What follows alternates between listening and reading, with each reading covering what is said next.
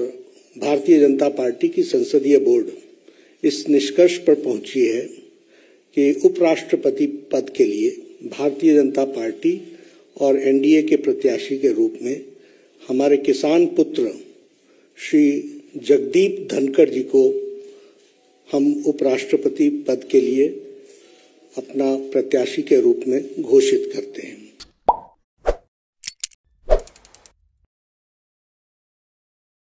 नमस्कार बंधुरा, आपनारा देखছেন परफेक्ट पलिटिक्स सादा बांगलाय राजनीतिर कथा।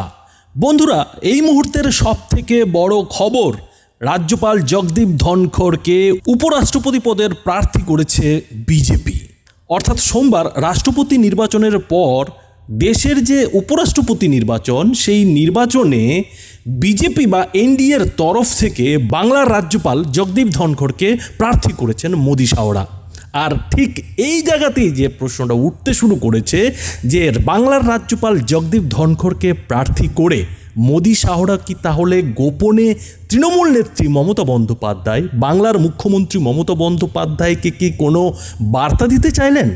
আর সেই বার্তা কি কোনো সমঝোতার? কেননা রাজ্যপাল জগদীপ ধনখড়কে যেভাবে অভাবনীয়ভাবে মোদি শাহরা এবারের উপরাষ্ট্রপতি নির্বাচনের পদপ্রার্থী করেছেন, তাতে কিন্তু অনেকেই আশ্চর্য হয়েছেন। অনেকেই ভাবতেই পারছেন না যে বাংলার রাজ্যপালকে কি করে আচমকাই মোদি শাহরা উপরাষ্ট্রপতি পদের প্রার্থী করে বসলেন।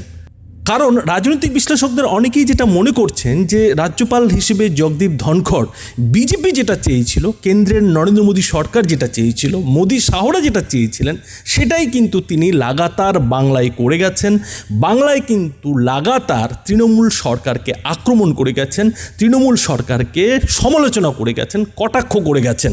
এবং সেই কাজে যে তিনি 100% সফল, সেটা শুধু তৃণমূলের নেতারা নন, বিজেপির নেতারাও কিন্তু মানছেন, স্বীকার করছেন যে রাজ্যপাল জগদীপ ধনখড় রাজ্যের শাসক দল তৃণমূলের বিরুদ্ধে যেভাবে একের পর এক ভুল ধরিয়ে দিয়েছেন, রাজ্যের তৃণমূল সরকারের মুখ্যমন্ত্রী মমতা বন্দ্যোপাধ্যায়ের বিভিন্ন ত্রুটি বিচ্যুতি নিয়ে সমালোচনা করেছেন, সেই কাজ কিন্তু জগদীপ ধনখড়ের জায়গায় যদি অন্য কেউ থাকতেন রাজ্যপাল হিসেবে বাংলার, তাহলে ততটা হতো কিনা সন্দেহ রয়েছে। ফলে এই অবস্থায় বিজেপির যখন পশ্চিমবঙ্গ দখলের, পশ্চিমবঙ্গ জয়ের স্বপ্ন এখনও অধরা, ঠিক সেই সময়ে রাজ্যপাল জগদীপ ধনখড়কে সরিয়ে নিয়ে গিয়ে উপরাষ্ট্রপতি পদের প্রার্থী করে দেওয়া, সেটা কি একটু আশ্চর্যের বিষয় নয় কি? আর ঠিক এখানেই রাজনৈতিক বিশ্লেষকদের একাংশ যেটা মনে করছেন যে হয়তো কেন্দ্রের বিজেপি নেতারা অর্থাৎ মোদি শাহরা আর রাজ্যের সঙ্গে অর্থাৎ তৃণমূল সরকারের সঙ্গে হয়তো সেই ধরনের একটা লড়াই, সেই ধরনের একটা তরজা, সেই ধরনের একটা বিতর্ক হয়তো চাইছে না। আর সেই কারণেই হয়তো রাজ্যপাল জগদীপ ধনখড়কে সরিয়ে তাকে উপরাষ্ট্রপতি পদের প্রার্থী করে তার জায়গায় হয়তো একটু নরম, একটু অল্প মুখর, একটু কম কথা বলবে এমন রাজ্যপালকে পশ্চিমবঙ্গে পাঠাতে চাইছেন মোদি শাহরা। কিন্তু সত্যিই কি তাই? কেননা রাজনৈতিক বিশ্লেষকদের একাংশ আবার যেটা বলছেন যে হতে পারে যে রাজ্যপাল জগদীপ ধনখড় যেভাবে লাগাতার পশ্চিমবঙ্গের দায়িত্ব নেওয়ার পর থেকে তৃণমূল সরকারকে, বিশেষ করে মুখ্যমন্ত্রী মমতা বন্দ্যোপাধ্যায়কে আক্রমণ করে গেছেন, একেবারে কটাক্ষ বাণে জর্জরিত করে গেছেন, তারই পুরস্কার হিসেবে হয়তো জগদীপ ধনখড়কে উপরাষ্ট্রপতি পদের প্রার্থী করেছে বিজেপি। অর্থাৎ রাজ্যপাল জগদীপ ধনখড়কে এই যে বাংলা থেকে সরিয়ে নিয়ে যাওয়া, সেই সরিয়ে নিয়ে যাওয়ার পেছনে কোনো সমঝোতা নয়, আসলে জগদীপ ধনখড়কে পুরস্কৃত করতেই কেন্দ্রের মোদি শাহরা এই সিদ্ধান্তটা নিয়েছেন। এই তত্ত্বে বিশ্বাসী রাজনৈতিক বিশ্লেষকরা আরও একটি কথা বলছেন, সত্যিই যদি তৃণমূল নেত্রী তথা বাংলার মুখ্যমন্ত্রী মমতা বন্দ্যোপাধ্যায়ের সঙ্গে মোদি শাহরা সমঝোতা করতে চাইতেন, তাহলে অন্য রাস্তাও তো ছিল। তারা তো রাজ্যপাল জগদীপ ধনখড়কে দিল্লিতে ডেকে একটু চুপ করিয়ে দিলেই তো পুরো ব্যাপারটা মিটে যেত। কিন্তু তারা সেটা করেননি, বরং তার বদলে জগদীপ ধনখড়কে উপরাষ্ট্রপতি পদের প্রার্থী করেছেন। তাছাড়া পশ্চিমবঙ্গের রাজ্যপাল হিসেবে জগদীপ ধনখড়ের যে সময়সীমা, সেই সময়সীমা পরবর্তী যে বিধানসভা নির্বাচন অর্থাৎ 2026-এর যে বাংলার বিধানসভা নির্বাচন সেই পর্যন্ত থাকতো না। অর্থাৎ জগদীপ ধনখড়কে কিন্তু 2026-এর যে বিধানসভা নির্বাচন, বাংলার পরবর্তী নির্বাচন, তার আগে সরাতেই হতো, না হলে তার মেয়াদ বাড়াতে হতো। মেয়াদ বাড়ালে এটা প্রমাণ হয়ে যেত যে মোদি শাহরা ইচ্ছে করেই জগদীপ ধনখড়কে পশ্চিমবঙ্গের রাজ্যপাল হিসেবে রেখে দিচ্ছেন, কারণ না জগদীপ ধনখড়কে দিয়ে যাতে তৃণমূল নেত্রী তথা বাংলার তৃণমূল সরকারকে খোঁচানো যায়, তৃণমূল সরকারের সমালোচনা করা যায়। এটা কিন্তু প্রমাণ হয়ে যেত। আর তা না হলে নতুন কোনো রাজ্যপালকে বাংলার দায়িত্বে পাঠাতে হতো। এই অবস্থায় মোদি শাহরা কিন্তু জগদীপ ধনখড়কে আগে ভাগে সরিয়ে নেওয়াটাই কিন্তু যুক্তিসঙ্গত বলে মনে করেছেন। রাজনৈতিক বিশ্লেষকরা আরও একটা তত্ত্বের কথা বলছেন। তারা যেটা বলছেন যে হতে পারে যে মোদি শাহরা এই রাজ্যপাল জগদীপ ধনখড়কে উপরাষ্ট্রপতি নির্বাচনের প্রার্থী করে আরও হয়তো একটা বার্তা দিতে চেয়েছেন। আর সেই বার্তাটা হলো যে কেন্দ্রের বিজেপি সরকারের নজরে, কেন্দ্রের মোদি সরকারের নজরে কিন্তু বাংলার বিশেষ গুরুত্ব রয়েছে। কেননা এত রাজ্য থাকতে, এত রাজ্যের রাজ্যপাল থাকতে যেভাবে বাংলার রাজ্যপালকে উপরাষ্ট্রপতি পদের প্রার্থী করা হয়েছে, তাতে মোদি শাহরা হয়তো বাংলার মানুষকে এটাও বোঝাতে চাইছেন যে বাংলা থেকেই কিন্তু দেশের পরবর্তী উপরাষ্ট্রপতি বেছে নেওয়া হচ্ছে।